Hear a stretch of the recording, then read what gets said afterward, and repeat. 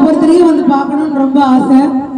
ஆனா இப்ப இருக்கக்கூடிய கால சூழ்நிலைக்கு எல்லா வீடுகளுக்கும் நான் போனேன்னா தொகுதி மொத்தமும் இருக்கக்கூடிய 2 லட்சத்துக்கு சில்லற ஓட்டு 2.5 லட்சத்துக்கு கிட்ட வந்துருச்சு. ஆண்களை விட பெண் வாக்காளர்கள் தான் அதிகம் உள்ள தொகுதி நம்ம தொகுதி. 13 பேர் வேட்பாளர் நிற்கிறதுல நான் ஒருத்தி தான் பெண்ணு. பல தலைவர்கள்லாம் நாமினேஷன் கட்டும் போது சில பல குறைபாடுகள் நாமினேஷன்ல ரிஜெக்ட் ஆனாங்க. இனியும் அசை போட்டு பார்த்தாங்க. நான் ஊர் மக்களுக்காக பொது வழக்கு எடுத்திருந்தேன். அந்த வழக்கை நான் காட்டியிருந்தேன். வழக்கு முடிஞ்சிருந்தது. கொரோனா காலத்துல வந்து பள்ளிக்கூடத்துல நோயாளியா வச்சா பள்ளி குழந்தைகளை பாதிக்கும்னு 96 நாள் 36 கிராமங்களுக்கு தொடர்ந்து அரிசி பருப்பு காய்கறி எல்லாம் என்னோட சொந்த உழைப்புல நான் எல்லாம் செஞ்சு கொடுத்தேன். எனக்கு அதுக்கு கிடைச்ச பரிசு கொக்கரகுளம் ஜெயிலு. அதிகாரியை மிரட்டின அப்படின்னு பொய் வழக்கு போட்டு என்ன அடிச்சாங்க. எல்லா வழக்கும் முடிஞ்சிருச்சு சரிங்களா. நியாயத்தின் பக்கம் ஒரு வெற்றியை கண்டாச்சு.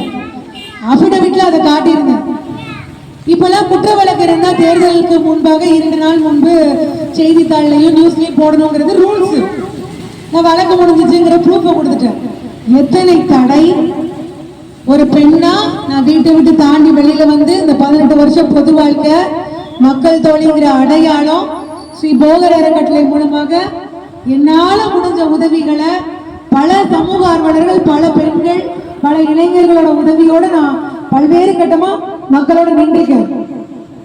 ஆனா முதல் முறை எம்எல்ஏ எலெக்ஷன்ல ஒரு சுயேட்சை வேட்பாளராக நம்ம மருதமுத்தூர் மண்ணில வந்து உங்க முன்னாடி வாக்கு சேகரிக்கிறதுல ஒரு பெருமையை நினைக்கிறேன்.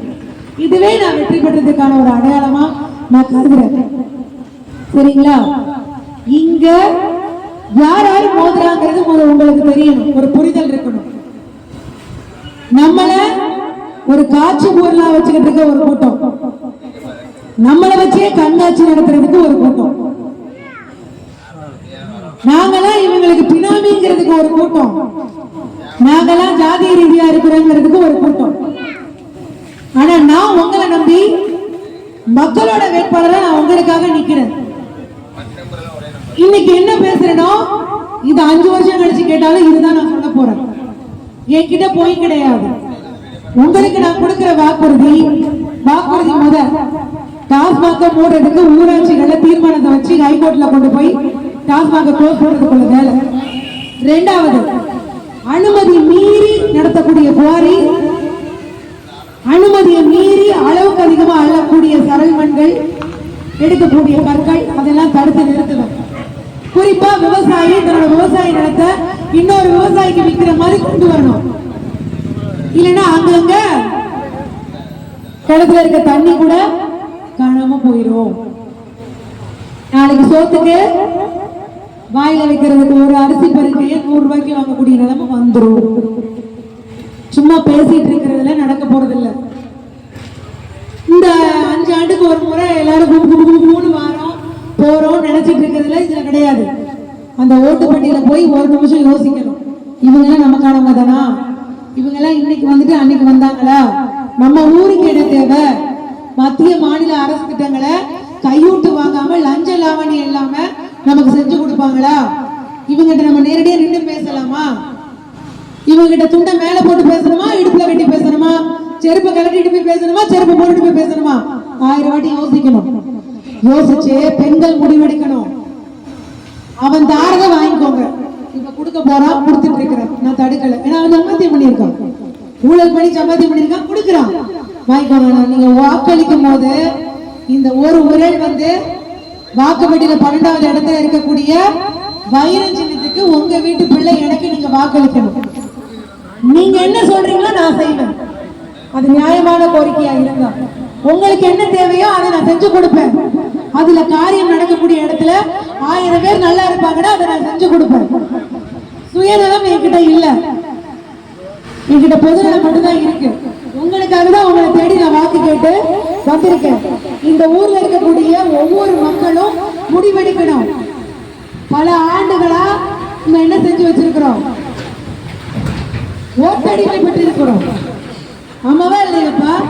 500க்கும் 1000க்கும் ஒரு நாளைக்கு கணக்கு போட்டா 20 பைசா கூட வர விடுங்க. பாக்கிறேன் நான் ட்ரெஸ் வச்சிருக்கேன் வேற. எனக்கு கையில ஒரு 1.25 வயசு குழந்தை இருக்கிறான், விளையாண்டுட்டு இருக்கிறேன் அந்த பெரியவர் கூட. நான் இன்னைக்கு என்ன சொல்றேங்கிறது முக்கியம் கிடையாது, நம்ம எல்லாரும் என்ன சேர்ந்து பண்ண போறோங்கிறது தான் முக்கியம். நம்ம உள்ள ஜெயிச்சாச்சுன்னா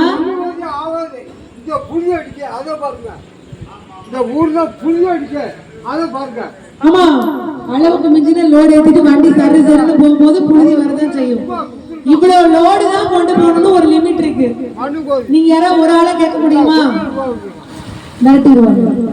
10 பேர் கேட்டா பணத்தை கொடுத்து ஆஃப் பண்ணிடுவாங்க. இதே உங்க வீட்டுக்குள்ள பவர்ல இருந்தோம்னா செக் வைப்பனா இல்லையா? செக் வைப்பனா இல்லையா?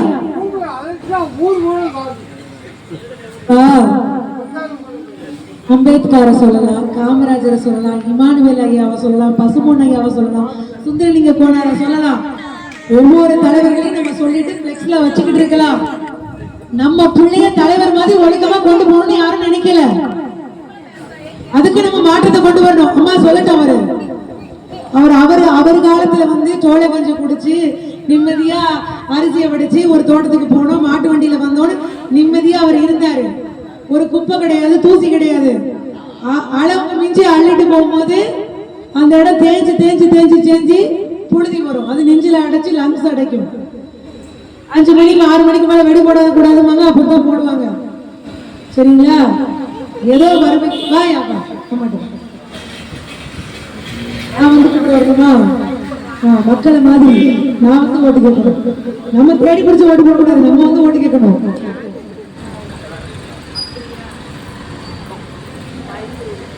இல்ல நான் வந்து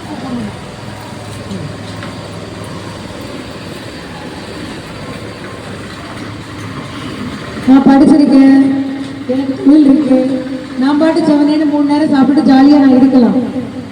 என்னோட 16 வயசுல இருந்து ஒவ்வொரு கட்டமா நான் ஒவ்வொரு காலத்துல நின்றுருக்கேன். பல தலைவர்களுக்கும் நான் உழைச்சு கொடுத்துருக்கேன். ஆனா கடைசி வரைக்கும் அது எதிர போய் முடியுது தெரியுமா? அடிமை சாசனம் மாதிரி போய் முடியுது. அப்ப நம்மளோட கோரிக்கையை நம்ம பிள்ளைய எடுத்து வைக்கிறதுக்கு ஒரு பதவி தேவைப்படுது. அந்த பதவியை நீங்க எனக்கு கொடுத்தாதான் நீங்க சொல்றதை நான் கேட்க முடியும். ஆமாவா இல்லையா? உங்களுக்கு இந்த விஷயம் பண்ணி கொடுத்தா நல்லதா, இந்த திட்டத்தை மக்களுக்கு கொடுத்தா நல்லதாங்கிறது உங்கள ஒருத்தி தான் பேச முடியும். மற்றவங்களால அதை செய்ய முடியுமா? அவன் பாட்டு கையெழுத்தப்பம் போயிட்டே இருப்பான். குறிப்பா சொல்ல போனா இப்ப 8000 ரூபாய் வவுச்சர் கொடுக்குறாங்க. ஜெயிச்சா கடையில போய் பொருள் வாங்கிக்கலாமா? நம்ம ஊருக்கு வந்துச்சா? வரல. நேத்தான ஒரு கட்டு பிடிக்கிட்டு போனாங்க. நேத்தா முந்தானத்துன்னு நினைக்கிறேன். எலெக்ஷன் ஆஃபீஸ்ல இருக்கும் போது தான் எடுத்துட்டு போனாங்க. ஏமாறாதீங்கம்மா. நம்ம ஒரு நாளைக்கு என்ன செலவு பண்றோம் சொல்லுங்க? 200 ரூபாய்க்கு பீடி சுத்தினாலும் நம்ம 400 ரூபாய் காலி பண்றோம். அப்ப அவன் தான ரூபாய் பெருசா கிடையாது. அதுக்கு காத்து நின்று அவனுக்கு கூட கும்பிடு போட்டு எனக்கு வரல உனக்கு வரல எனக்கு ஓட்டு இருக்குன்னு ஏன் நம்ம ஓட்டை விற்கணும்? விற்க கூடாது. தன்மானத்தோட நமக்கு யார் என்ன நல்லது பண்ணுவாங்கிறத முடிவெடுத்துக்கணும். இந்த 13 பேர்ல நான் இன்னைக்கு நின்று எங்கனாலும் நான் தைரியமா நின்று பேசுவேன். என்கிட்ட தப்பு இல்லை, என்கிட்ட பொய் இல்லை. நான் உங்களுக்காக நான் நிக்கிறேன், மக்களுக்காக தான் நான் களத்துல நிக்கிறேன். அப்ப என்கிட்ட பயம் கிடையாது. இதுல நான் ஜெயிக்கிறேன் தோக்குறேன் அது நீங்க பண்ண வேண்டிய வேலை. ஆனா ஜெயிச்சாலும் தோத்தாலும் நான் இப்படிதான். என்னை தேடி வர்றவங்களுக்கு நான் அந்த உதவி பண்ணதான் செய்வேன். ஒரு முறை ஒரு கோரி வரக்கூடாதுங்கிறதுக்காக இந்த ஊர் சார்பா நம்ம ஆலங்குளத்தை வச்சு ஆர்ப்பாட்டம் பண்ணி அந்த புது கோரியை நம்ம மூடணும். ஞாபகம் இருக்கா? ஞாபகம் இருக்கா பாட்டிமா? பள்ளி குழந்தைகளோட நான் அவங்க கூட நின்னேன், மறந்துடாதீங்க. அப்போ வந்து கொஞ்சம் சுடிதார் போட்டிருப்பேன், பேண்ட் போட்டிருப்பேன், பாதி முடி இருக்கும். இப்போ நீங்க கொஞ்சம் சேலை கட்டிருக்கு, அவ்வளவுதான். அதெல்லாம் பழைய இதெல்லாம் யோசிச்சு பார்த்தீங்கன்னா நான் உங்க கூட நின்றுருக்கேன். நம்ம ஊரோட நம்ம படிக்கிற பிள்ளைங்களோட நான் உங்க கூட நின்றுருக்கேன். இனியும் நான் நிற்பேன். எனக்கு நீங்க ஒரு வாய்ப்பு கொடுக்கறதுங்கிறத விட உங்க ஊருக்கு ஒரு வாய்ப்பை தேடிக்கோங்க. நீங்க எனக்கு வாய்ப்பு கொடுக்கல, நான் வந்தா நீங்க வந்த மாதிரி.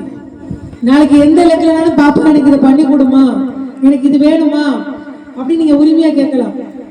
63 பேருக்கு நான் இலவச பட்டா வாங்கி கொடுத்தேன், எந்த ஒரு ரூபாயும் எதிர்பார்க்காம. இன்னமும் வாடகை வீட்டில் இருக்கக்கூடிய பெண்கள் இருக்கிறாங்க, குடும்பங்கள் இருக்கு.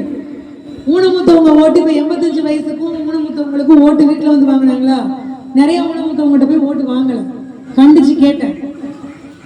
அதே மாதிரி நேத்து கடையத்துல பாத்தீங்கன்னா டோக்கன் 8000 ரூபாய் டோக்கன் சரமாரியா இன்னொரு வேட்பாளர் வீட்லயே கொண்டு டோக்கனை கொடுத்துட்டாங்க. திருப்பி அதை புகார் கொடுக்கறதுக்கு எல்லாரும் அஞ்சினாங்க. நான் புகார் கொடுத்தேன், எஃப்ஐஆர் போட்டேன். சரிங்களா? இந்த திருட்டு திமுகவோ வேஷம் கட்டிட்டு வரக்கூடிய மாற்று கட்சியினரோ நீங்க நம்ப கூடாது. நம்மக்குள்ள வரணும். இன்னைக்கு நான் மக்கள் தோழி ஜெயந்தி என்னோட பேரு. சரிங்களா? நான் ஓட்டுப்பட்டியில 12வது இடத்துல வைரம் படம் போட்டிருக்கோம். இந்த படம் போட்டிருக்குமா? மின்னுறதெல்லாம் பொண்ணு கிடையாது. இந்த வைரத்துக்கு ஓட்டு போட்டீங்கன்னா நம்ம ஊரு வைரமா ஜொலிக்கும். சரிங்களா? உங்களை நம்பிதான் நிக்கிறேன். இதுல எனக்கு லாபமோ நட்டமோ ஒண்ணும் இல்லை. சரிங்களா? என்ன ஒண்ணு, ஒரு 10 நாள் தொடர்ந்து உங்க எல்லாரையும் சந்திக்கக்கூடிய வாய்ப்பு, வீடு வீடா பார்க்கணும்னு ஒரு ஆசை இருக்கு. ஒவ்வொரு குடும்ப தலைவர்களையும் பார்க்கணும்னு ஆசை இருக்கு. ஏன்னா சில இடங்கள்ல அவங்க தான் நாட்டாமையா இருப்பாங்க, அவங்க தான் பெரியவங்களா இருப்பாங்க. தவறா நினைக்க வேண்டாம். அவங்களெல்லாம் நான் சந்திப்பேன். எப்பனாலும் என்னை தொடர்பு கொள்ளுங்க. உங்க ஊர்லயும் 10-40 பேர்கிட்ட என்னோட போன் நம்பர் இருக்கு. சரிங்களா?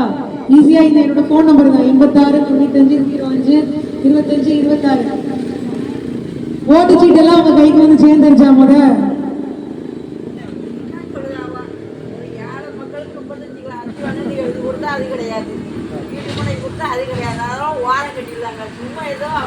நான் வந்தேன்னா வீடு இல்லாத மக்களுக்கு பட்டா போட்டு கொடுக்கறது என் வேலை. இல்ல என்ன இதுக்கு முன்னாடி உங்க ஊர் போராட்டத்துல பாத்துருக்கீங்க. இப்போ நான் உங்களுக்காக ஒரு பிரதிநிதியா ஒரு பதவியில நிக்கிறேன். ஒண்ணு நீங்க நின்றுக்கணும். உங்க காலத்துல நீங்க நிக்கல. வசதி இல்ல, பணம் இல்ல, பவர் இல்லைன்னு. படிப்பு இல்லைன்னு சொல்லாதியா. காமராஜர் படிச்சுட்டா வந்தாரு, பள்ளிக்கூடம் கட்டி கொடுக்கல. இது இந்த இவ்வளவு தூரம் உரிமையா நீங்க எங்ககிட்ட கேக்குறவங்க, போன வாட்டி ஆணி கொடுங்க போன வாட்டி கேட்க பயப்படுறீங்க. இப்ப ஒண்ணுமில்ல, நான் இங்க ஆலமரத்து அடியில தான் நின்று பேசுறேன். இல்ல கேட்கட்டும். இல்ல அவங்க சொல்றது நியாயமான கோரிக்கை. பட்டா நான் வாங்கி தரேமா? சரிங்களா?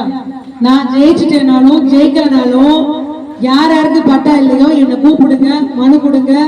நான் கோட்டாட்சியர்கிட்ட ரெக்கமெண்ட் பண்ணி கலெக்டர் ஆபீஸ்ல பேசி நீங்க அலையவே வேண்டாம். தாலுகா ஆபீஸ்க்கு ஒரு நேரம் வந்தா போதும். தாத்தாவுக்கு புழுதி போகக்கூடாது. அப்ப கோரிய தாத்தா மூட சொல்றாரு, மூடின்னு வந்தாத்தா